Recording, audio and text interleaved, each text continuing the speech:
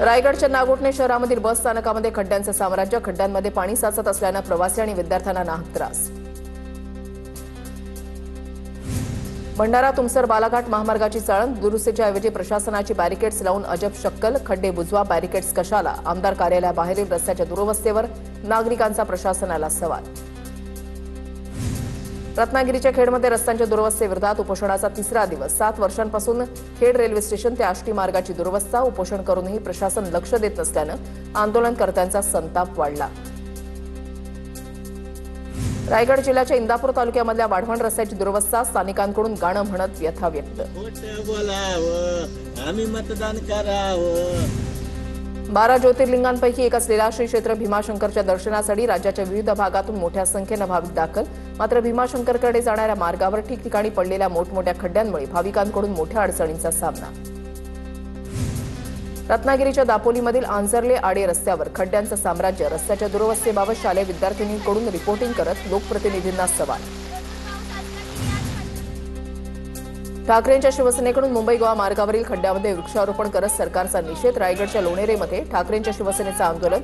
मुंबई गोवा महामार्ग आणि सर्व्हिस रोडवर प्रचंड खड्डे पडल्याच्या निषेधार्थ वृक्षारोपण.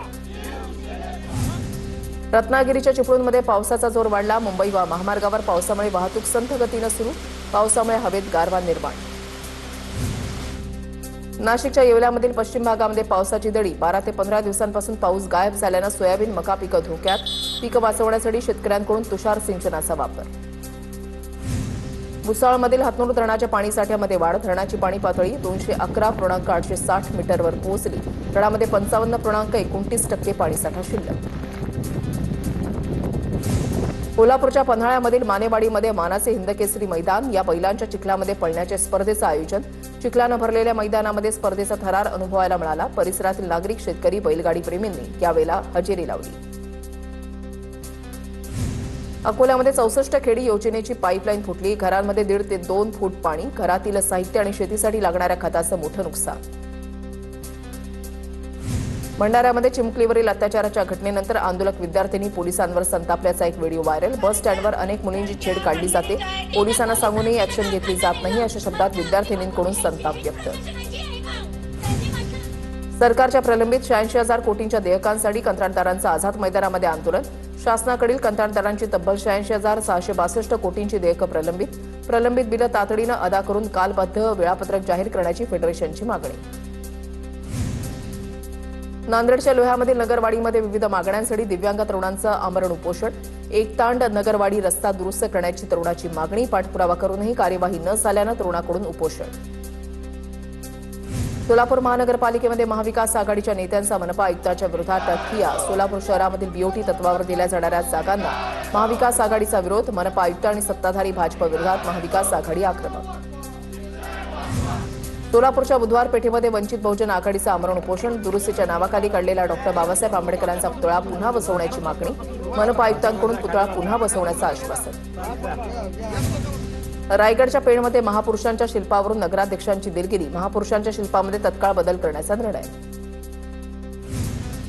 अमरावतीच्या यशोदानगर चौकामध्ये अवैध व्यवसायाविरोधात नागरिक आक्रमक. फ्रेझरपुरा परिसरामध्ये अवैध दारू आणि गांजा विक्री विरोधात आंदोलन. गावठी दारू, देशी दारू आणि गांजाची कथितपणे सर्रास विक्री सुरू असल्याचा आरोप. पुण्याच्या शिरूरमधील आंधळगाव न्हावरे भागामध्ये सीएनजी वाहतूक करणाऱ्या वाहनातून गॅस गळती. टोरेंट कंपनीच्या सुरक्षा व्यवस्थेबाबत प्रश्न उपस्थित. गळतीचं कारण अद्याप अस्पष्ट. लातूरमध्ये पैशाचा पाऊस पाडण्यासाठी अघोरी पूजेचा प्रकार. पैशाचा पाऊस पाडण्यासाठी अल्पवयीन मुलीचा बळी देणार होते.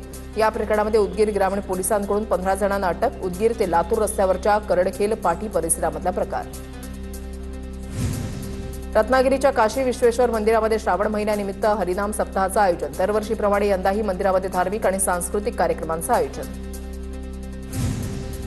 छत्रपती संभाजीनगरमधील वेरूळच्या कृष्णेश्वर मंदिरामध्ये श्रावणी सोमवार निमित्त भाविकांची गर्दी. हर हर महादेवच्या जयघोषानं मंदिर परिसर दुमदुमला. त्र्यंबकेश्वर मंदिरामध्ये व्हीआयपी दर्शन बंद. सध्या केवळ साध्या पद्धतीनं भाविकांना दर्शन घेता येणार. भाविकांना सुरळीत दर्शन घेता यावं यासाठी व्हीआयपी दर्शन बंद. पुण्याच्या शिरूरमधील पिंपरी दुमाला गावातील सोमेश्वर मंदिरामध्ये भाविकांची गर्दी. पहिला श्रावण सोमवार भाविकांकडून पहाटेपासूनच दर्शनासाठी रांगा. पुण्यातील ओंकारेश्वर मंदिरामध्ये श्रावणी सोमवारच्या निमित्तानं भाविकांची गर्दी. ओंकारेश्वर मंदिरामध्ये सकाळपासून पूजा अर्चा. नाशिकच्या त्र्यंबकेश्वरमध्ये पहिल्या श्रावणी सोमवारच्या निमित्तानं भाविकांची गर्दी. राज्यभरासह देशभरातील भाविक दर्शनासाठी त्र्यंबकेश्वरमध्ये दाखल. ठाणे शहराचं ग्रामदैवत कोपिनेश्वर मंदिरामध्ये आज पहिल्या श्रावणी सोमवारच्या निमित्तानं भाविकांची गर्दी. पहाटेपासूनच भगवान कोपिनेश्वराच्या दर्शनासाठी भाविकांच्या रांगा. पहिल्या श्रावण सोमवार निमित्त सोलापूरचं ग्रामदैवत श्री सिद्धरामेश्वराच्या समाधीला 9 टन फुलांची आरास. श्रावणातला पहिला सोमवार आणि नागपंचमी निमित्त समाधीवर आकर्षक फुलांच्या मेघडंबरीवर नागदेवता साकारली. नागपंचमी निमित्त नागपुरातील सोनेगाव परिसरामध्ये असलेल्या शिवमंदिरामध्ये बर्फाच्या शिवलिंगाची स्थापना. श्रावण महिन्यामधील पहिला सोमवार आणि नागपंचमी योग आल्यामुळे शिवमंदिरामध्ये सकाळपासून भक्तांच्या रांगा. सांगली जिल्ह्यामधल्या शिराळ्यामध्ये यंदा नागपंचमीचा मोठा उत्साह. यंदा नागपंचमीच्या उत्सवानिमित्त शिराळकरांना दुर्मिळ पांढऱ्या नागाचं दर्शन.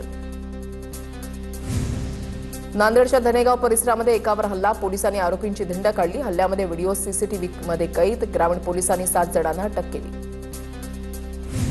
नाशिकच्या लासलगावमधील भरवस फाट्यावरील पेट्रोल पंपावर चाकूचा धाक दाखवून लूट. मोटरसायकलवरून आलेल्या चोरट्यांनी 47,000ची रोकड लुटली. बीड शहर बस स्थानकावर महिलेच्या गळ्यातील सोन्याची साखळी चोरणाऱ्याला अटक. स्थानिक गुन्हे शाखेच्या पथकाकडून 80,000चा मुद्देमाल जप्त. अधिकचा तपास सुरू. वर्ध्यामध्ये जबरी चोरी प्रकरणी 3 जणांना अटक. गुन्ह्यामध्ये वापरलेल्या दुचाकीसह मुद्देमाल जप्त केला. वर्धा शहर पोलीस ठाण्याच्या गुन्हे शोध पथकाची कारवाई. नांदेडच्या बसस्थानक परिसरामध्ये तरुणावर धारदार शस्त्रानं हल्ला. हल्ल्यामध्ये गंभीर जखमी झालेल्या शेख सिराजचा उपचारादरम्यान मृत्यू. साताऱ्याच्या खंडाळ्यामधील केसुर्डीमध्ये उघड्यावर बुरशीयुक्त चॉकलेट बिस्किट टाकल्याचं समोर. बुरशीयुक्त चॉकलेट बिस्किट लहान मुलं गोळा करून घरी घेऊन जात असल्याचा प्रकार. बुरशीयुक्त अन्नपदार्थांमुळे लहान मुलांना विषबाधा होण्याचा धोका निर्माण.